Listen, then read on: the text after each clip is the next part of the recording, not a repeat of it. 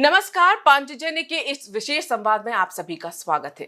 23 मार्च 1931 यानी आज ही के दिन 23 मार्च के दिन ही तीन बलिदानियों को याद किया जाता है, भगत सिंह, सुखदेव और राजगुरु, जिन्हें लाहौर की जेल में फांसी दे दी गई थी।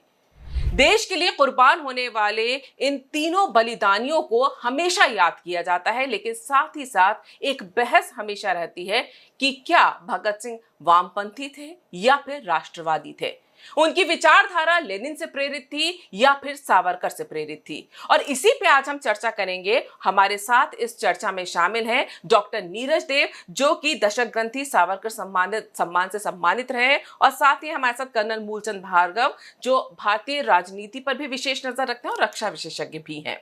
आप दोनों का पांचजन्य में बहुत बहुत स्वागत है। सबसे पहले नीरज जी, मैं आपसे शुरू करूंगी क्योंकि आपने इस पे गहन अध्ययन भी किया है। जब से भगत सिंह ने अपना बलिदान दिया है, सुखदेव, राजगुरु, हम उनको याद तो करते हैं, लेकिन एक नैरेटिव लगातार 1931 से चलाया गया है कि भगत सिंह वामपंथी थे, वामपंथी विचारधारा से प्रेरित थे। लेकिन सत्य ये भी सामने आता है और तथ्य ये भी सामने आते हैं कि वो कहीं ना कहीं सावरकर जी से प्रेरणा लेते थे। आपने इतना अध्ययन किया है, इस अध्ययन में आपने क्या पाया है? सावरकर हिंदुत्ववादी थे, हिंदुत्व विचारक थे, हिंदुत्व के निर्माता थे। लेकिन अगर हम गौर से देखें तो सिर्फ भगत सिंह ही नहीं, वामपंथी विचारधाराओं के बहुत सारे लोग ये सावरकर से काफी प्रभावित थे, जिन्होंने वामपंथ का भारत में सबसे पहला निर्माण किया, यानी स्थापना की। वो एम एन रॉय खुद को सावरकर इस महावृक्ष की एक शाखा हूं मैं, ऐसा कहते थे। वो कहते थे कि सावरकर एक महावृक्ष है और मैं उसकी शाखा हूं। कॉमरेड डांगे भी सावरकर से प्रेरित थे। इतना ही नहीं, एमपीटी आचार्य, जो लंदन में सावरकर के साथ थे, बाद में वो वामपंथी विचारधारा की तरफ गए। यानी सिर्फ भगत सिंह नहीं, उस जमाने के बहुत सारे वामपंथी विचारक ये मूल रूप से सावरकर से प्रभावित थे, क्योंकि सावरकर सशस्त्र क्रांति के तत्वज्ञ ऋषि थे। मेरा ये शब्द ध्यान में लीजिए जी। सावरकर से पहले और सावरकर के पश्चात बहुत सारे क्रांतिकारी भारत में हुए, यानी वासुदेव बलवंत फड़के से लेकर सरदार उधम सिंह तक। लेकिन सावरकर उनमें अनूठे थे, क्योंकि सावरकर ने सशस्त्र क्रांति के लिए तत्व ज्ञान रचा था, दर्शन शास्त्र रचा था। और वो दर्शन शास्त्र उनके दो किताबों से निकलता है।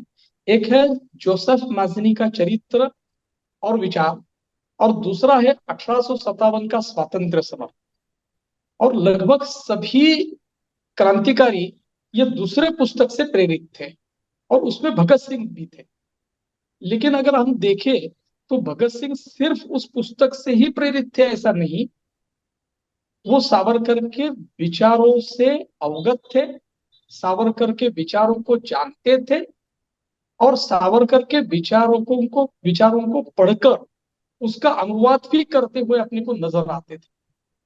जो मैंने एक आर्टिकल पहले पांचजन्य में ऑलरेडी पब्लिश हो चुका है, उसमें मैंने उसका बहुत सारा विवरण दिया हुआ है, जो आपने भी शायद देखा होगा। जी बिल्कुल। और दूसरी तरफ यह भी कहा जाता है कि वो लेनिन से ज्यादा प्रभावित थे, भगत सिंह जी की अगर हम बात करें तो।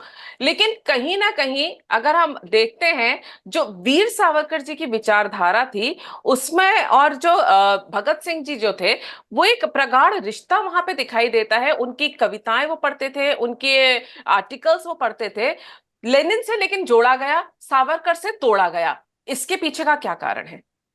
ये तो वामपंथी विषवैली का प्रभाव है, ये मैं नहीं कहता, ये क्रांतिवीर पृथ्वी सिंह आजाद जी कहते हैं। उन्होंने ऐसा लिखा है।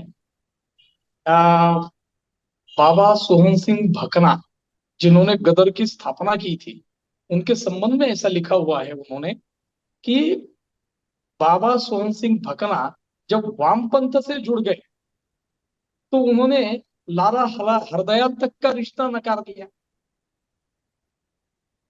तो ये जी। तो दुर्भाग्य की बात है। ये वामपंथी संकुचित विचारधारा वाले जो लोग बाद में पैदा हुए उनकी बात। लेकिन अगर हम शुरुआती दौर में देखें तो शुरुआती दौर में बहुत सारे वामपंथी विचारधारा के लोग सावरकर को मानते थे, सावरकर का प्रभाव मानते थे। ये भारत के आजादी के बाद तक था, यानी पहले की बात नहीं, भारत के आजादी के बाद भी था। लेकिन जब हिंदुत्ववादी विचारधारा सत्ता में आने की तैयारी हो रही है देखने में आ रहा, तब से वामपंथी विचारधारा संकुचित होकर यह प्रभाव नकारने लगे। आपको विस्मय होगा कि सावरकर जब जीवित थे तब लोकसभा में जो मांग की गई थी कि सावरकर के साथ बारिंद्र घोष को और विवेकानंद के जो भाई थे भूपेंद्र सिंह, इन लोगों को सरकार में मान्यता यानी स्वातंत्र वीर कर कर उनका गौरव करना चाहिए, ये मांग कम्युनिस्ट पार्टी के लोगों ने ही रखी थी, यानी किसी हिंदुत्ववादी विचारों को ने नहीं रखी थी, कम्युनिस्ट पार्टी के लोगों ने ही रखी थी। इतना ही नहीं, एक बार जब पूछा गया कि सावरकर जी को भारत रत्न दिया जाए तो संसद में कांग्रेस की तरफ से पूछा गया कि सावरकर ने ऐसा क्या किया कि उनको भारत रत्न दिया जाए। तब मुझे लगता है मनोरंजन लाल गुहा ने ऐसा कहा था कि सावरकर ने देश के लिए क्या किया ये पूछना ही गलत है, देश ने सावरकर के लिए क्या किया ये कहना जरूरी है। और आप सावरकर को भारत रत्न क्यों देंगे? जो भारत के लिए सबसे अच्छा काम करेगा उसे भारत रत्न के बजाय वीर सावरकर ये उपाधि से नवाजा जाए। तो ये शुरुआत में वामपंथी विचारधारा वाले इतने संकुचित नहीं हुआ करते थे, बाद में बहुत ही संकुचित हो गए। जब जब उनको देखने में आया कि अब हिंदुत्व आगे बढ़ रहा है तभी उनकी ये विचारधारा विकृत हो। ऐसा कहा जाता है कि लेनिन और सावरकर एक दूसरे को जानते थे और एक दूसरे को मिले भी थे। एक तो स्पष्ट रूप से सबूत अपने हाथ में है कि जो स्टुटगार्ट में परिषद हुई थी, समाजवाद साम्यवादी परिषद, उसमें सावरकर जी ने मादाम कामा को भेजा था और मादाम कामा ने वहां पे स्वतंत्र भारत का पहला तिरंगा ध्वज लहराया था। जो तिरंगा ध्वज सावरकर जी ने तैयार किया था, उस परिषद में लेनिन भी था।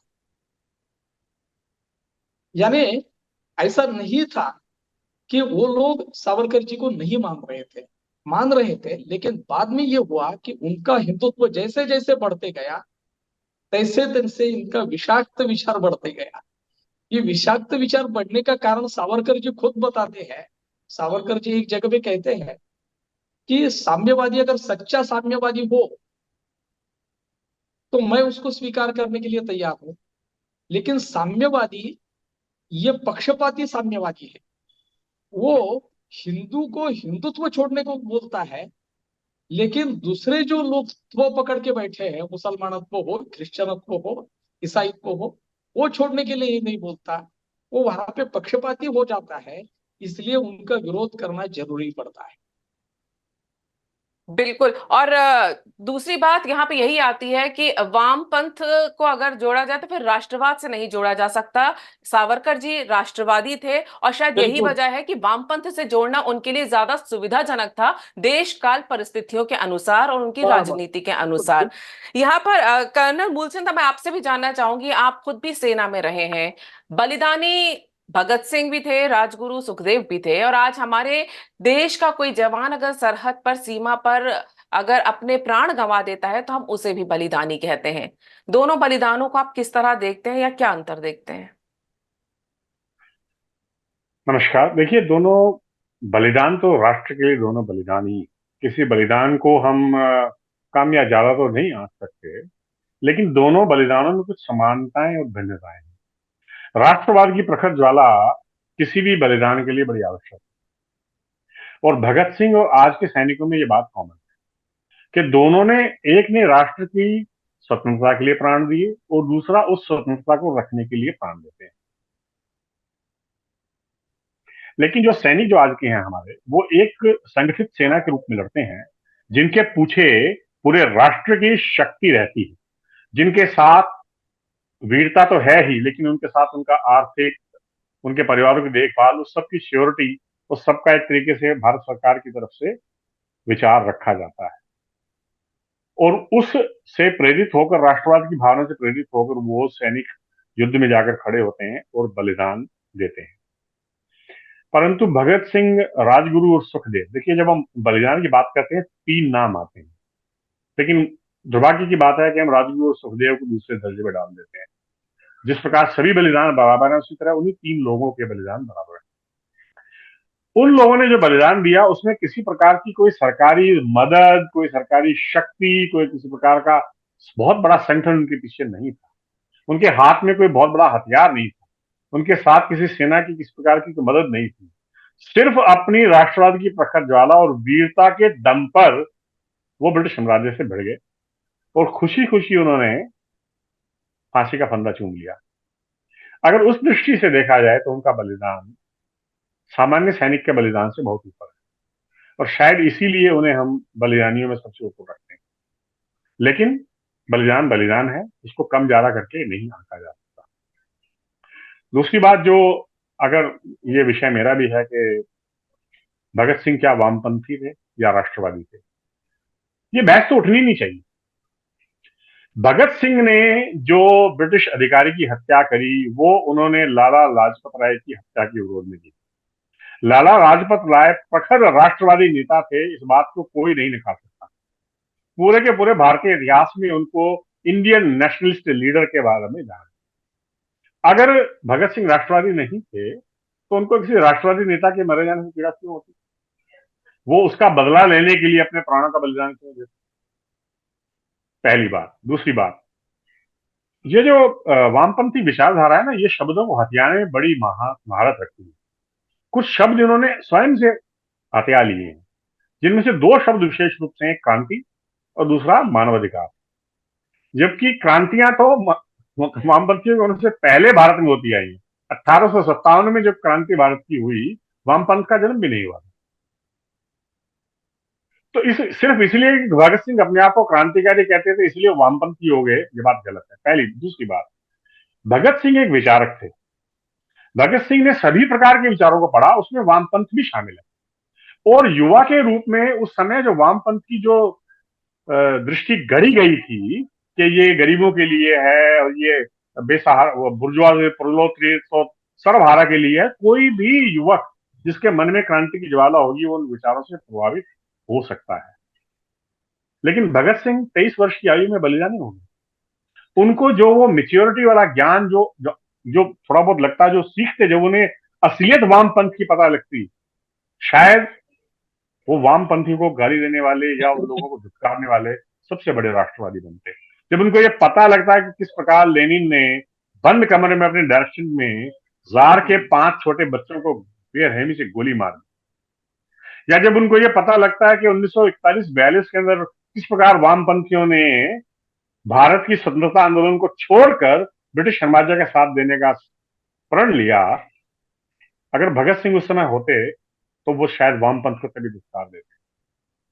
तो वामपंथ, उन्होंने विचारधारा पढ़ी थी और वामपंथ की कुछ बातों से वो प्रभावित रहे। उन्होंने पुस्तकें लिखी, उन्होंने बातें लिखी, लेकिन वो वामपंथी थे, राष्ट्रवादी नहीं थे। ये कहना सरासर गलत है, झूठ है। बिल्कुल आप सही बोल रहे हैं, क्योंकि इस तरह से बताया ही इस तरह जाता है। दूसरी बात, अगर आप उनकी one man is known by his company, अगर आप उनके संगी साथी रहे, चंद्रशेखर आजाद, राजगुरु, सुखदेव, बटुक, सब राष्ट्रवादी थे, उन सब से प्रेरणा लेते थे। ठीक है, उनके आपस में थोड़े विचार मतभेद रहे, उन्होंने अपनी एक आर्टिकल में लिखा भी है, लेकिन अगर वो राष्ट्रवाद के साथ नहीं खड़े होते तो राष्ट्रवादी लोग उनके मित्र कैसे, उनकी अगुवाई में वो इतनी बड़ी लड़ाई कैसे लड़ते? तो भगत सिंह को वामपंथी कहना उनको बहुत ही संकुचित दायरे में रखने वाली बात। भगत सिंह प्रखर राष्ट्रवादी थे और वो समाजवादी थे, गरीब की, सामान्य व्यक्ति की बात सोचते हैं, जो कोई भी राष्ट्रवादी सोच सकता है। उसमें वामपंथियों का एकाधिकार नहीं है। बिल्कुल। और नीरज जी, जैसे अभी कर्नल मूलचंद जी जिस तरह से बोल रहे थे कि वो भगत सिंह जी लेनिन भी पढ़ते थे, सावरकर जी को भी पढ़ते थे, तो सिर्फ पढ़ने से अगर आप ये साबित कर दें कि वो वामपंथी थे तो इसके साक्ष्य नहीं इस तरह से मिलते हैं। अगर हम विचारधारा की बात करें तो ऐसे कौन से विचार और विचारधारा थे जो भगत सिंह जी की सावरकर जी से मिलती थी। और दूसरा एक और प्रश्न जो बार बार उठता है कि ये भी कहा जाता है कि सावरकर जी भी भगत सिंह जी को पसंद करते थे, लेकिन ये भी कहा जाता है कि जब वो जेल में थे उनकी फांसी रुकवाने की उन्होंने कोशिश नहीं की। इसको लेके किस तरह के तथ्य, तर्क और साक्ष्य हैं? नहीं, पहली बात ऐसा है, इसमें आपने दो तीन सवाल इकट्ठा कर लिए हैं।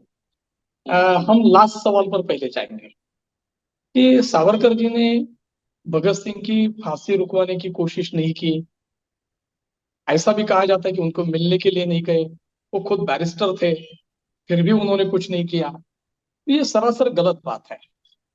पहली बात ये कि सावरकर जी का बैरिस्टर का जो उपाधि थी, वो अंग्रेजों ने उनको प्रदान ही नहीं की थी। वो प्रदान इसलिए नहीं की थी कि वो प्रखर राष्ट्रवादी थे और साम्राज्यवाद के खिलाफ थे, इसलिए उनको बैरिस्टर की उपाधि ही नहीं दी गई।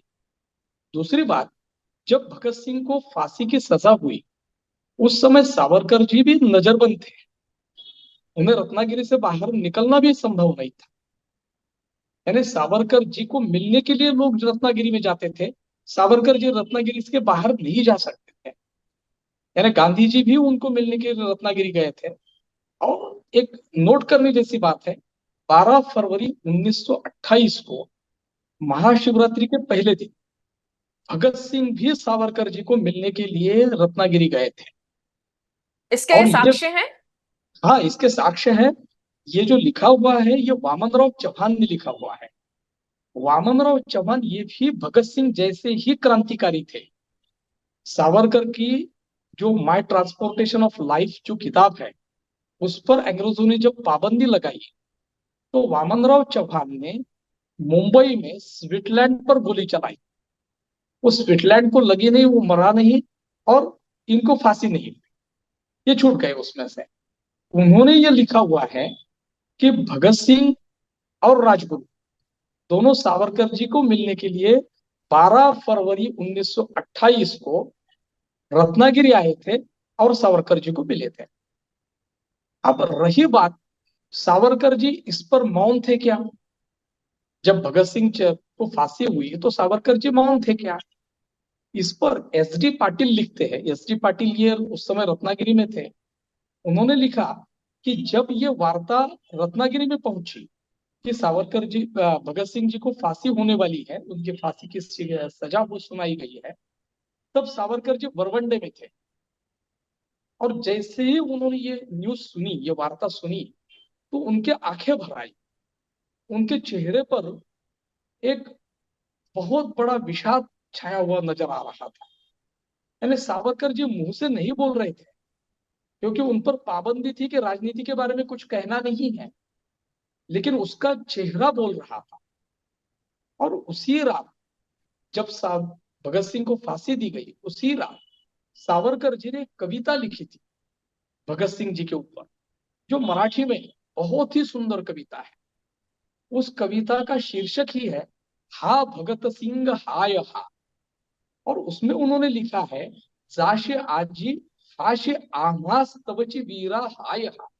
यानी आप फांसी जा रहे हैं, वो हमारे लिए जा रहे हैं, ऐसा उनका सावरकर जी का भाव था। उसी कविता में सावरकर जी ने ऐसा लिखा है की जा हुतात्म्यांनो आहा साक्ष ठेवून शपथ घेतो आम्ही उरलो ते पहा। कि आप जा रहे हो, आप हुतात्मा हो रहे हैं, आपको साक्ष्य रखकर हम शपथ लेते हैं कि जो संघर्ष, जो संग्राम आपने शुरू किया हुआ है, वो संग्राम हम चालू रखेंगे। आश्चर्य की बात यह है कि ऐसी कविता सावरकर जी ने मदनलाल के हुतात्मा के पश्चात नहीं लिखी थी। ऐसी कविता अनंत कानेरे के पश्चात नहीं लिखी थी।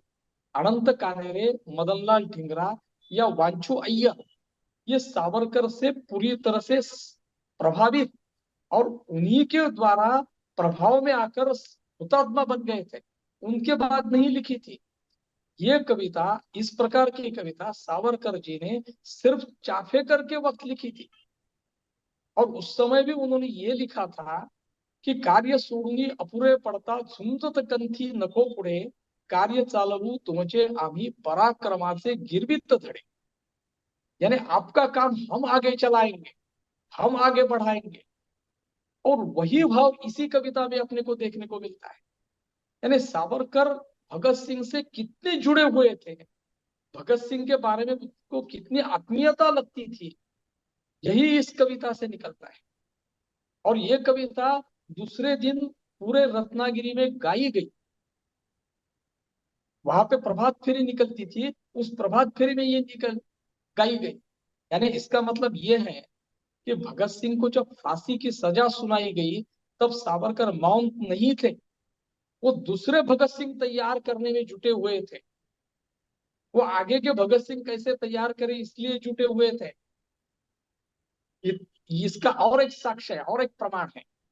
सावरकर जी को मिलने के लिए गोगटे गए थे, वासुदेव बलवंत गोगटे। इन्होंने हॉटसन पर गोली चलाई थी।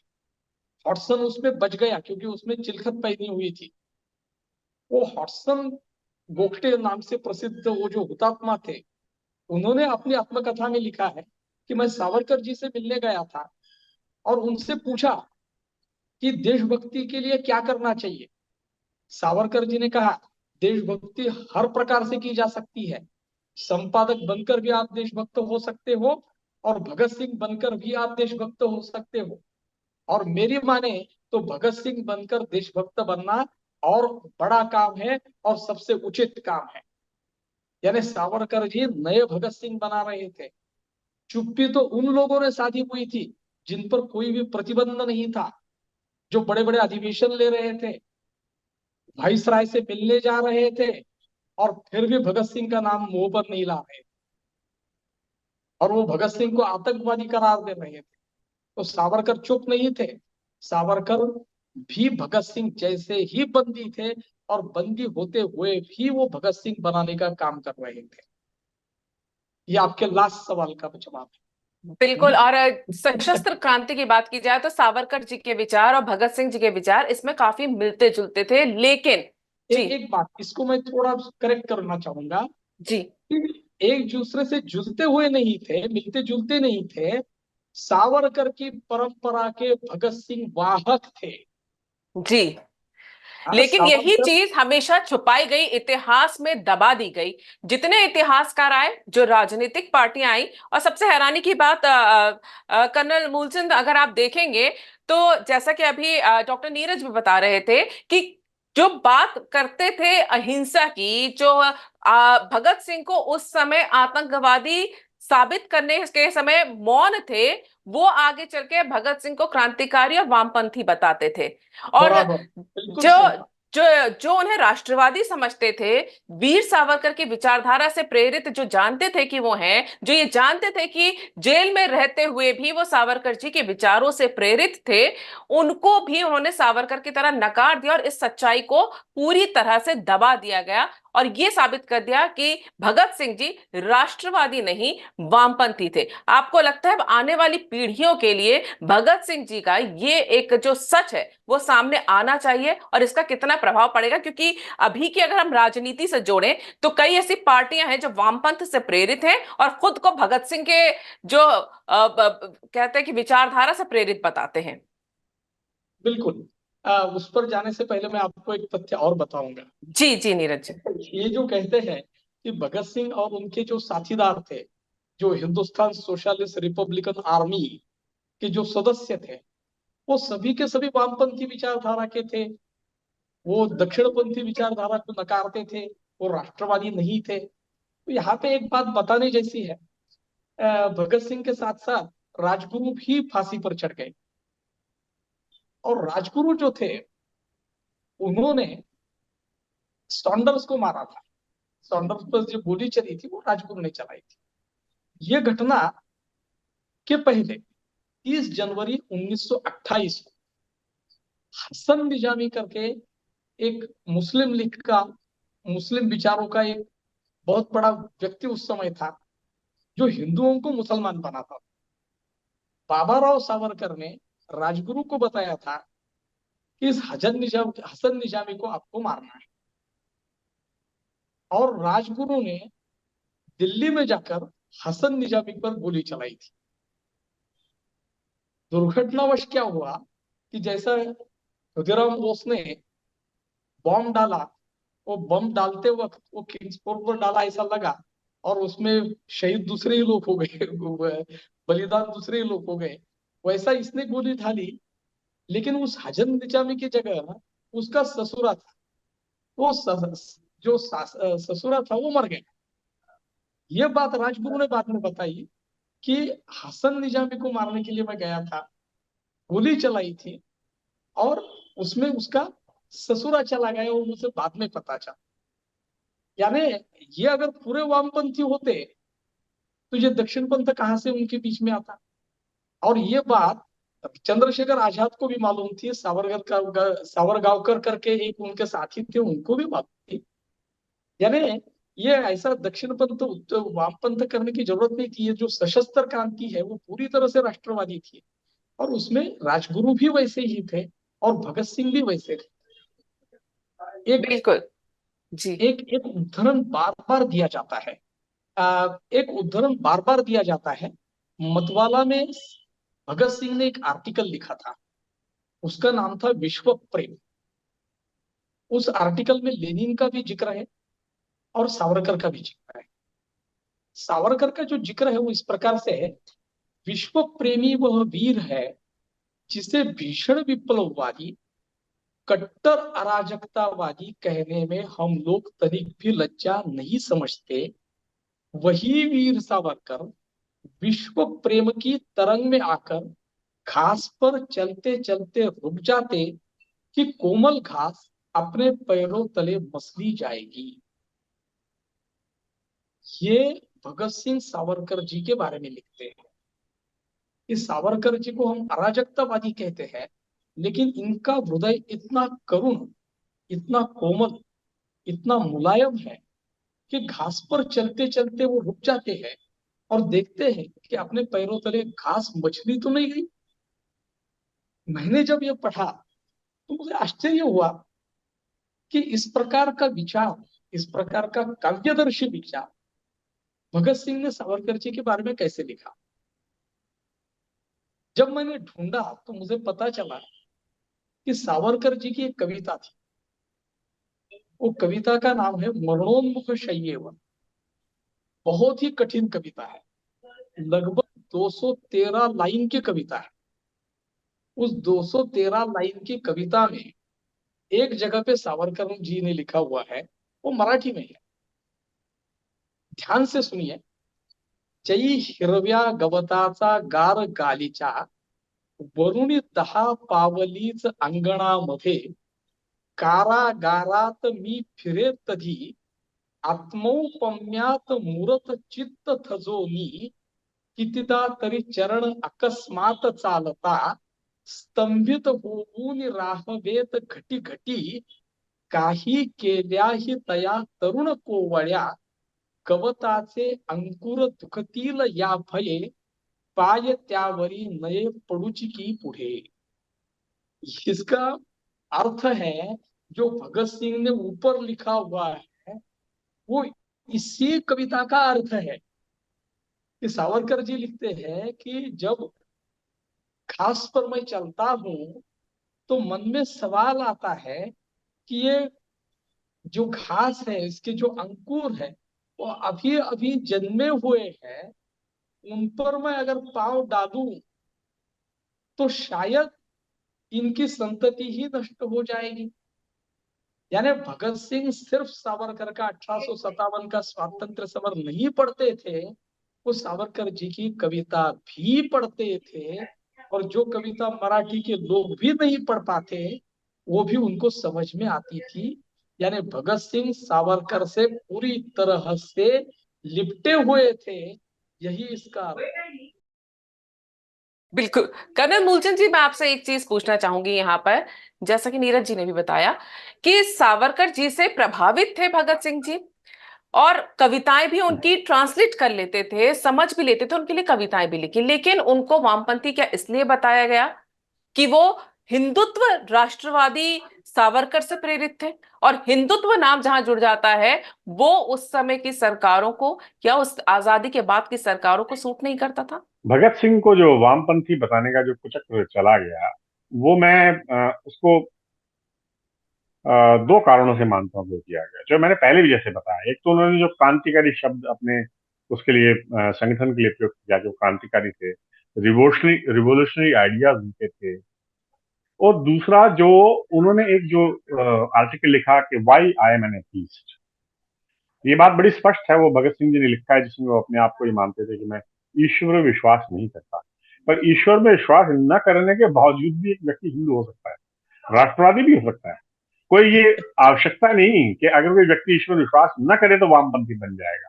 इन दो बातों को गलत तरीके से दिखाकर, चूंकि हमारे पूरे इतिहास पर वामपंथ ने कब्जा करने की कोशिश की, जो कि कांग्रेस सरकार के समर्थन से किया गया, जो एक अघोषित समझौता था उस समय की कांग्रेस और वामपंथियों में, कि राष्ट्रवादी ताकतों को दबाने के लिए हम साथ हैं और शिक्षा, इतिहास, संस्कृति, इसको वामपंथी संभालें और देश की अन्य चीजों को हम पकड़ें।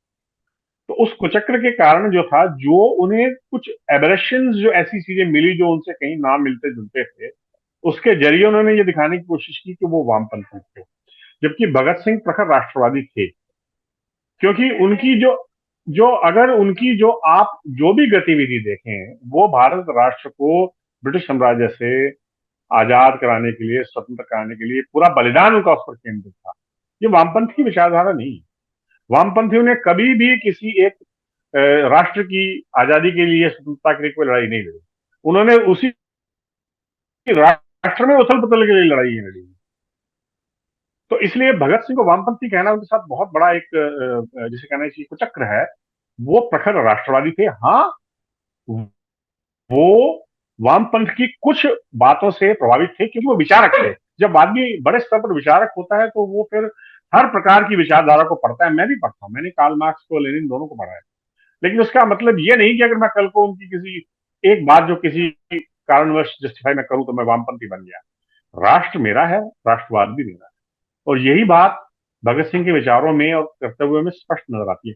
किसी भी स्थान पर भगत सिंह ने ये नहीं कहा कि मैं वामपंथी हूं, कहीं भी ना उन्होंने ये कहा कि मैं लेनिन की सभी बातों को या कार्ल मार्क्स की सभी बातों को। वो सिर्फ कार्ल मार्क्स और लेनिन की एक बात को समर्थन करते थे कि वो ईश्वर में विश्वास नहीं करते। और राजगुरु सुखदेव जो उनके साथी थे, वो तो गायत्री मंत्र का जाप और गीता का जाप ये सब क्या करते थे। अगर मैं राष्ट्रवाद को हिंदुत्व, वो तो हिंदूवादी भी थे, हिंदुत्व में भी विचार रखने वाले थे, और भगत सिंह के वो बड़े अच्छे मित्र थे। तो अगर उनको हिंदुत्ववाद से या हिंदुत्व से या राष्ट्रवाद से किसी प्रकार की चिढ़ होती, तो क्या वो राजगुरु और सुखदेव जी के साथ मिलकर इतना बड़ा जो क्रांतिकारी कदम था वो लेते और अपने प्राणों का बलिदान करते? क्या ऐसा होता है?